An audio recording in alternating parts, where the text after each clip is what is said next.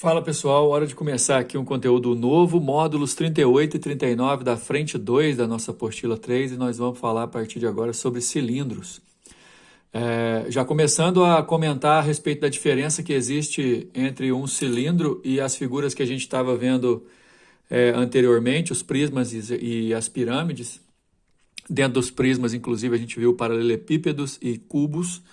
A diferença é que cilindros, assim como os cones e as esferas, são os corpos sólidos que são classificados como arredondados e, portanto, eles não vão possuir, por exemplo, arestas, né? Então, lá no cilindro, no prisma, nos paralelepípedos e cubos, nas pirâmides, a gente se preocupava bastante em levar em consideração o que era a aresta de base, o que era a aresta lateral, vértices. Uma figura arredondada, por exemplo, igual ao cilindro, não tem vértice. O cone, por exemplo, ele tem um vértice principal e só fica por aí. A esfera também não tem vértices.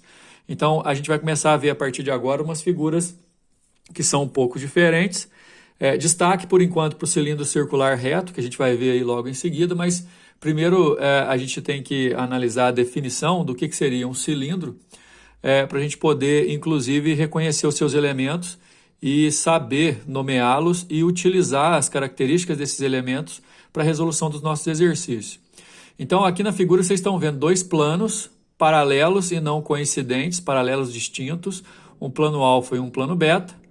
No plano alfa eu tenho um círculo, no plano beta eu tenho um círculo que inclusive é congruente ao círculo do plano alfa. Então, dois círculos que pertencem a planos paralelos distintos. Se você ligar todos os pontos do círculo do plano alfa ao círculo do plano beta, você vai formar um cilindro. No final das contas, então, o cilindro é uma figura espacial arredondada, cujas bases são círculos congruentes. A distância menor delas, né, inclusive, a distância que vai de um plano a outro, é conhecido como altura a altura do cilindro, né? Na verdade, a altura é a distância entre as bases. Na figura aí vocês estão vendo um cilindro oblíquo, tá vendo que ele é meio inclinado? Esse cilindro a gente vai estudar pouco, como eu disse, mais o cilindro reto que nós vamos estudar. Essa região circular, tanto essa quanto essa de baixo, é chamada de base do cilindro. Então, aquela discussão que a gente tinha para calcular área de base de pirâmide, área de base de prismas, que aí a fórmula que a gente ia usar ia depender muito da figura que compõe a área da base, né? Podendo ser quadrado, podendo ser hexágono regular, podendo ser triângulo equilátero. Então, no nosso caso, no cilindro, as coisas vão ficar até um pouco mais simplificadas, porque a base de um cilindro sempre vai ser um círculo. E a área de círculo, todos nós sabemos que é só multiplicar π pelo quadrado do raio. Né? O segmento PQ, que fica aqui na lateral do nosso cilindro, na verdade, ele não é uma aresta, cuidado, ele é só uma representação de uma distância, ele é chamado de geratriz do cilindro. Então, nós temos cilindro, duas bases circulares, a gente tem a distância entre as bases chamada de altura do cilindro. Essas bases, na figura aí não tá, pessoal, mas a gente vai ver daqui a pouco, essas bases têm do centro à borda, obviamente seria o raio da base, né? E a lateral do cilindro a gente vai ver daqui a pouco também que se trata de um retângulo. Outra coisa, cilindros como figuras arredondadas são figuras chamadas sólidos de revolução, né? Se você pegar um retângulo, por exemplo, ou um paralelogramo e marcar um eixo em um dos lados e começar a girar aquela figura, vai formar um cilindro. Então, em título de apresentação, você tem um cilindro com duas bases circulares, a altura como a distância entre as bases, cada base tem seu raio, só que são congruentes. Essa faixa lateral, essa distância lateral aqui é chamada de geratriz do cilindro, e logo em seguida vocês vão ver uma figura aí com o cilindro reto. Pessoal, o cilindro circular reto é todo cilindro cujo eixo, que é, na verdade, o eixo, pessoal, é a reta que liga os dois centros das duas bases circulares. Quando você tem esse eixo pertencente a uma reta R que é perpendicular aos planos, você tem um cilindro circular reto. No final das contas, o cilindro circular reto tem uma coincidência importante. A sua geratriz aqui do lado, ó, não é um segmento, não esquece disso. É simplesmente uma distância. A sua geratriz tem o mesmo tamanho que sua altura, ok? E lá dentro você consegue, com o raio, a geratriz e a altura, os raios inclusive, né, formar um retângulo. Justamente por isso que o cilindro pode ser chamado também de cilindro circular retângulo, ok? O cilindro circular reto pode ser gerado pela rotação de um retângulo. Como eu disse anteriormente, você pode pegar o retângulo aqui e girar ao redor do eixo que compreende o lado BC, que inclusive o lado AB do retângulo vai formar o raio desse nosso cilindro. Mas, enfim, BC é o eixo, AD, ou do lado de cá também pode ser, em qualquer lugar, inclusive, é a geratriz, AB e CD, esses segmentos, são os raios da base do cilindro. Então, cilindro reto, você tem como elementos a altura, que coincide com o valor da geratriz, e o raio da base. Na figura, vocês veem a metade de um cilindro, né? Esse cilindro foi seccionado, entenda a palavra secção, pessoal, como sendo corte. Secção meridiana é o corte que se faz acompanhando a geratriz do nosso cilindro, ou a altura, que a gente vai fazer corte meridional no cilindro reto. Então, toda vez que você cortar um cilindro reto na direção de seu diâmetro de base, formando com a geratriz desse nosso cilindro um retângulo que está aí pintado na figura de verde, chamado de área de secção meridional. Se R é o raio do nosso cilindro e H é sua altura, na hora que você fizer essa secção meridional passando pelo diâmetro do cilindro, você vai obter na metade do cilindro aqui nessa face um retângulo cuja largura é 2R e cujo comprimento é H. Muitas vezes você vai ter que calcular a área dessa secção meridional. A área da secção meridional é a área de um retângulo, pessoal. Como é que você calcula a área de retângulo? Você lembra? Você vai pegar a largura e multiplicar pela altura. Só que no nosso caso, a largura é 2R e a altura é H. O detalhe, pessoal, é o seguinte, começam a aparecer algumas fórmulas agora, mas, por favor, reparem que são fórmulas que, apesar de serem escritas nos termos do cilindro, são fórmulas que vocês já conhecem. Quem está no segundo ano do ensino médio e não conhece a área de retângulo? Basta você entender todo o contexto que a secção meridiana vai formar um retângulo, cuja largura é o diâmetro da base do nosso cilindro, o comprimento é a própria altura do nosso cilindro e a área da secção meridiana é a área de um retângulo, cuja largura é 2R e o comprimento é R. Então, obviamente, você vai multiplicar essas duas dimensões para calcular a área desse retângulo. 2RH é a área da secção meridiana. Não precisa decorar, você só precisa entender esse contexto. Bom, aí no item 4, a gente tem uma observação importante, baseado naquela figura anterior, pessoal. Existe uma classificação para o cilindro reto, quando coincide da altura do cilindro ser igual ao diâmetro da base, a gente fala que o cilindro é equilátero. Não esquece desse nome, essa classificação para o cilindro é importante. Muitas vezes você vai ter que usar a característica do cilindro equilátero para poder fugir não, né? Para poder acabar resolvendo uma questão, né? Sem essa definição, provavelmente você não vai conseguir sair do lugar. Mas é assim, aquela secção meridional que a gente viu na figura anterior, inclusive se você tiver com a tua apostila aí, você pode estar, você vai observá-la agora, aquela secção verde meridiana. Imagina que aquele H e aquele 2R fossem duas medidas iguais. E aí, ao invés de ter um retângulo na secção meridiana, você vai ter um quadrado de H por H ou 2R por 2R. Isso classifica o cilindro como um cilindro equilátero e você vai usar a informação para poder se fazer de uma altura que é o dobro do raio. Então, no cilindro equilátero, a área de secção meridiana é um quadrado, porque a altura é igual ao diâmetro da base. E por falar em base de cilindro, olha só o que eu tinha dito anteriormente. A gente não vai ter problema de calcular a área de base de cilindro, porque cilindros possuem uma única base, de um único tipo, sempre são círculos. No prisma você precisa discutir qual é a base, na pirâmide você precisa discutir qual figura forma a base. No cilindro você não vai precisar, cilindros são sempre círculos, cujas áreas são π vezes r ao quadrado. Então você tem o cilindro da tampa, você tem o círculo da tampa do cilindro e o círculo da base do cilindro. Eventualmente, para achar a área total, você vai ter que multiplicar essa área de base por 2, justamente porque são dois círculos. E o que eu acho mais interessante e importante, que a lateral de um cilindro, olha só, foram retirados os dois círculos, né, da base e da tampa, sobrou só essa lateral, que nada mais é, pessoal, do que um retângulo dobrado de tal forma que as duas larguras aqui se encontrem sem sobreposição, e aí vai formar aquele corpo do cilindro como se fosse um canudo, ok? Muita atenção para essa hora, porque a lateral de um cilindro sempre vai ser um retângulo cuja largura é a própria altura do cilindro, que a gente vai tratar aqui de cilindros retos. E o detalhe mais importante, ó, o comprimento desse retângulo tem que coincidir exatamente com a volta que compreende aqui o comprimento da circunferência que define o círculo da base. Comprimento de circunferência, pessoal, é 2π vezes raio, onde esse raio é raio da base. Retângulos não tem raio, obviamente. R é o raio da base do nosso cilindro.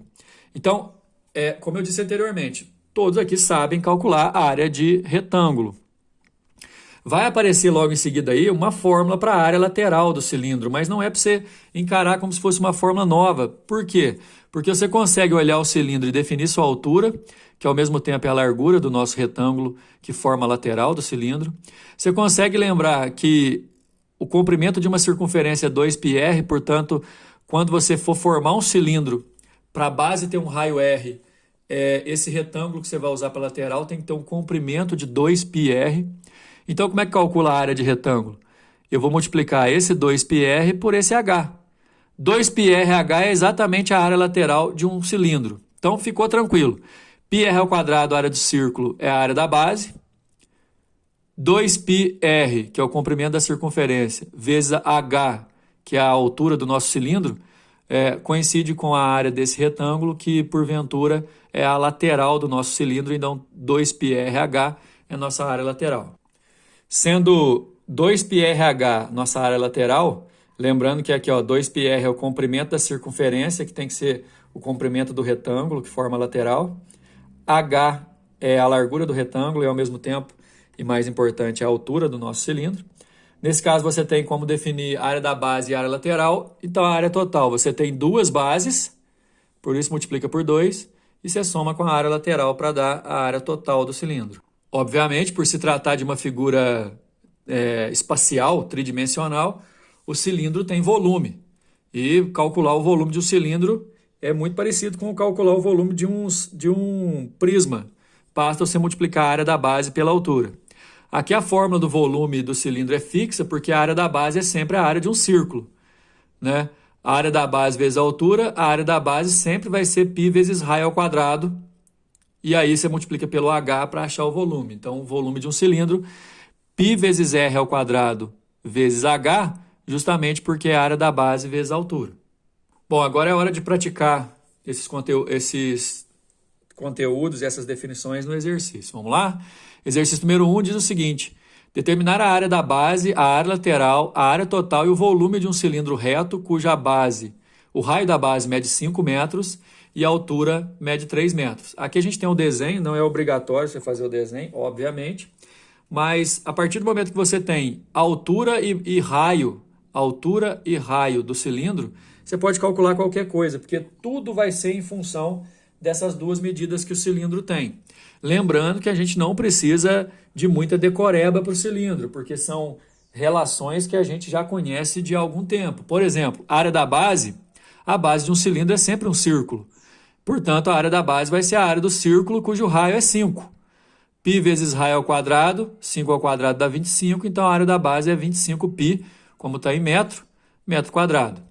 A área lateral, lembra que a área lateral é um retângulo cujo comprimento é o comprimento da circunferência, 2π vezes raio, e a própria largura do retângulo é a altura do nosso cilindro. Multiplicando o comprimento do retângulo, 2π vezes raio, pela largura, que é h, você tem a área lateral 2πrh. O r vale 5 e o h vale 3, a gente multiplicando 30π metro quadrado. Se não precisar, se o exercício não fornecer a aproximação do π, você não precisa nem substituir. Vamos deixar em função de π mesmo. Sendo assim, se eu consigo entender a base e a lateral, o cilindro tem duas bases e uma lateral. Aí eu posso multiplicar a base por 2 e somar com a área lateral, porque aí eu acho a área total. 50π mais 30π, 80π. E por último, calcular o volume. A área da base vezes a altura. A área da base eu calculei aqui já, é a área do círculo, 25π, vezes a altura, que é 3, 75π. O volume, quando as medidas estão em metro, sai em metro cúbico. Número 2, para resolver o problema do abastecimento de água, foi decidida numa reunião do condomínio a construção de uma nova cisterna. A cisterna atual tem formato cilíndrico, com 3 metros de altura e 2 metros de diâmetro. 3 metros de altura e 2 metros de diâmetro, portanto 1 metro de raio. E estimou-se que a nova cisterna deverá comportar 81 metros cúbicos de água, mantendo o formato cilíndrico e a altura da atual. Ou seja, tem que continuar com os mesmos 3 metros, só que para comportar 81 metros cúbicos, a gente vai ter que ver qual que vai ser o raio dessa base desse cilindro. Após a inauguração da nova cisterna, a antiga será desativada. Utilize 3 como aproximação do π. Qual deve ser o aumento em metros do raio da cisterna para atingir o volume desejado? A cisterna original tem 2 metros de diâmetro, portanto 1 metro de raio. Se eu pegar a área da base, πr², vezes a altura, isso aqui vai me dar o volume da nova caixa d'água, que é igual a 81. Usando π igual a 3, pessoal, fica 3r² vezes 3, então fica 9r². 9r² tendo que dar 81 metros cúbicos, o r² vai dar 9, então o novo raio dessa cisterna tem que ser 3. E aí a pergunta foi a seguinte: quanto que o raio tem que aumentar em relação à caixa d'água antiga para que ocorra essa situação que o exercício está citando? Se a caixa d'água antiga tinha 1 metro de raio e agora ela tem que ter 3, o aumento foi de 2, letra C.